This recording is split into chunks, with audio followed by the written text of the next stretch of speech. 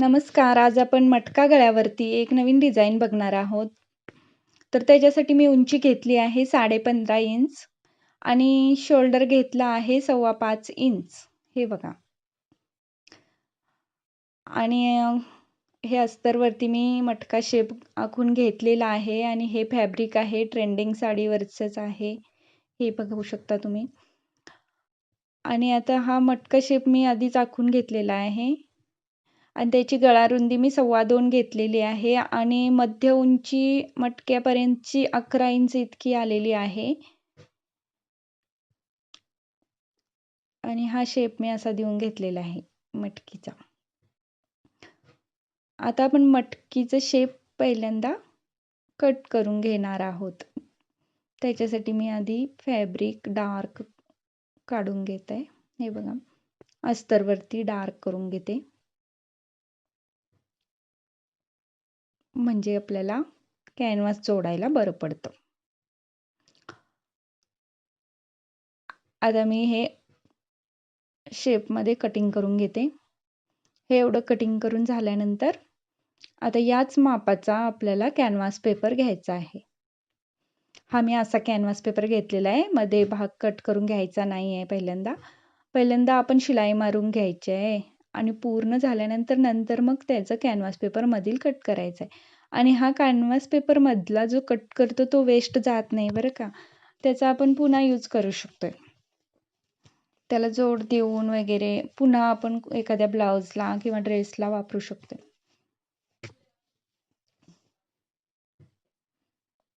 आता हे मी असं शिलाई मारून घेतलेलं आहे. तुम्हाला जर अवघड वाटत असेल तर त्याला पिना लावून घेऊन नंतर शिलाई पण मारून घेऊ शकता.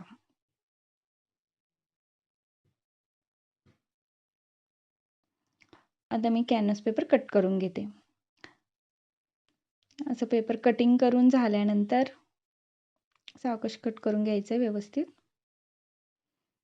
हे कटिंग झाल्यानंतर आता आपण फॅब्रिक घ्यायचं आहे आणि त्याच्यावरती फॅब्रिकची सरळ बाजू घ्यायची आहे आणि त्याच्यावरती कॅनव्हास पेपरची बाजू वरती येईल अशा पद्धतीनं अस्तर ठेवायचं आहे. म्हणजे पलटवल्यानंतर पेपर आत निघून जातो.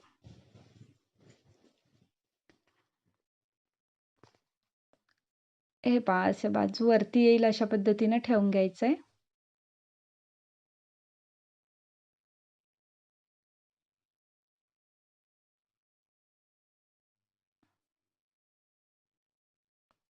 आणि असं पलटवून घ्यायचं आहे.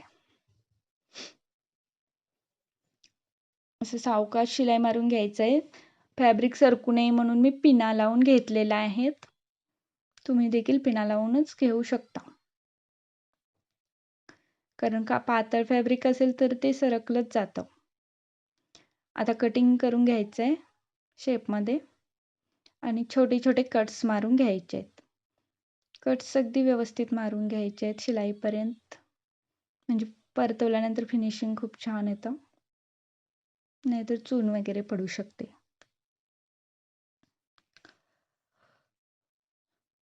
आता पिना काढून आपल्याला पलटवून घ्यायचं आहे. हे असं पलटवून झाल्यानंतर त्याच्यावरती एखाद बारीक शिलाई मारून घ्यायची. डिझाईन खूपच सिंपल आहे, पण आता नवीनच आहे त्यामुळे खूप छान दिसेल.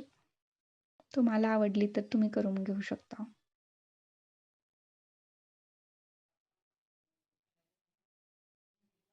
नवीन शिकणाऱ्यांसाठी खूप इझी डिझाईन आहे आणि युनिक देखील. आता ही शिलाई मारून झालेली आहे. आता पूर्ण साईड शिलाई मारून घ्यायच्या आहेत पलटवून. आता मी पहिल्यांदा खालील बाजू शिलाई मारून घेते म्हणजे फॅब्रिक सरकत नाही. तुम्हाला अवघड वाटत असल्यास पिना काढायच्याच नाहीत, पुन्हा लावायच्या आणि शिलाई मारून घ्यायची म्हणजे कुठेही सरकलं जात नाही कापड. मी पहिल्यांदा खालील बाजूच मारून घेते आणि नंतर साईडच्या बाजू मारून घेते म्हणजे कुठेही कापड गोळा झालेलं नसतं.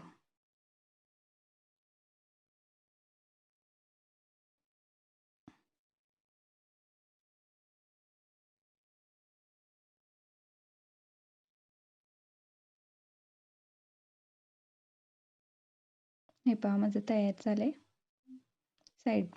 साईडने शिलाई मारून एक्स्ट्रा कापड कट करून मी तयार करून घेतलेला आहे. आणि आता मी पाठीमागचे टक्स मारून घेते.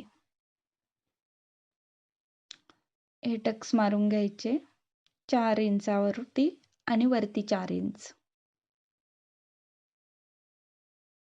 दोन्ही साईडला समान येण्यासाठी मी एक बाजूला मारते आणि दुसऱ्या बाजूला उठवून घेते मध्य काढून, म्हणजे करेक्ट टक्स येतात. आता दोन्ही टक्स मारून घेतल्यानंतर आपल्याला पाठीतील पट्टी जोडून घ्यायची आहे आणि ब्लाऊजचं पाठीमागची बाजू रेडी करून घ्यायची आहे आणि त्याच्यावरती नंतर मग डिझाईन बनवायची आहे. आता मी पट्टी पण लावून घेते.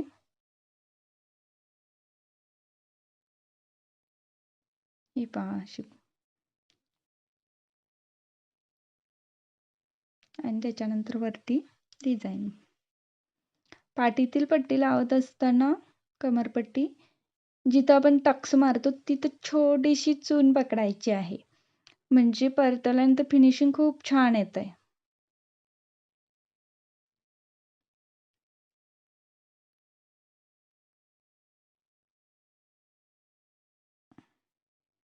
टक्सच्या जागी छोटीशी चून पकडायची.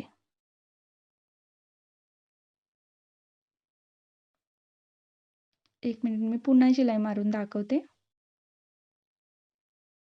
हे असं मी रेडी करून घेतलेलं आहे कमरपट्टी लावून. आणि हा आता ब्लाऊज मधला साडीच्या कलरचं थोडंसं फॅब्रिक होता ब्लाऊजला लसून, तो मी घेतलेला आहे. तो डिझाईनसाठी घेतलेला आहे. ही पट्टी आहे मी अशी. ही 5 इंचाची आहे, 4 इंचाची देखील चालते आपल्या हिशोबाने, जशी डिझाईन बनवायची तशी. तर तुम्ही बघा आता मी याची कशी डिझाईन बनवणार आहे. खूपच सिंपल आहे, कोणालाही बनवता येईल इतकी. असं दोन्ही शिलाया मारून ते कापड पलटवून घ्यायचं आहे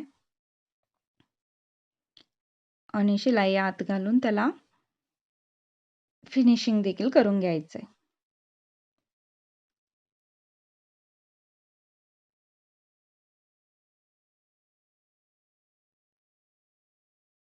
शिलाई मारून झाल्यानंतर आता परतवून घ्यायचं आहे.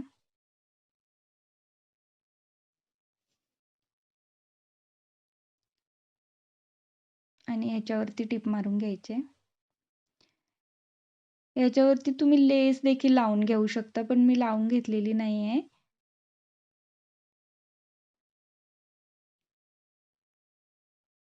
हा साडीमधलाच फॅब्रिक आहे.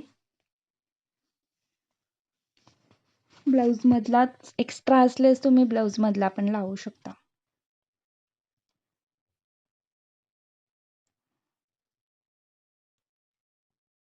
असं ह्याचा आता बटरफ्लाय करून घ्यायचं आहे. आणि दोन्ही बाजूंचं फिनिशिंग पण तयार आहे. याच्यावर तुम्ही लेस सुद्धा लावून घेऊ शकता.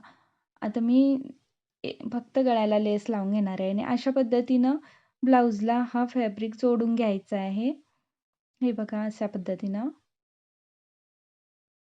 याचा मध्य काढून त्याच्यामध्ये लावून व्यवस्थित जोडून घ्यायचं आहे. आणि त्याच्यानंतर त्याच्यावरती लेस लावून घ्यायची आहे. तर ही डिझाईन कशी वाटते, तुम्हाला आवडली असल्यास माझ्या चॅनलला लाईक करा, शेअर करा आणि सबस्क्राईब करा. आणि डिझाईन कशी वाटली ते मला कमेंटमध्ये नक्की सांगा. नवीन शिकणाऱ्यांसाठी खूप सोपी डिझाईन आहे आणि दिसायला पण छान आहे.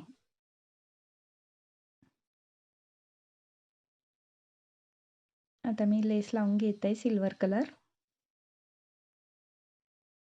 तुम्ही बटरफ्लायला देखील हवी असल्यास लावून घेऊ शकता.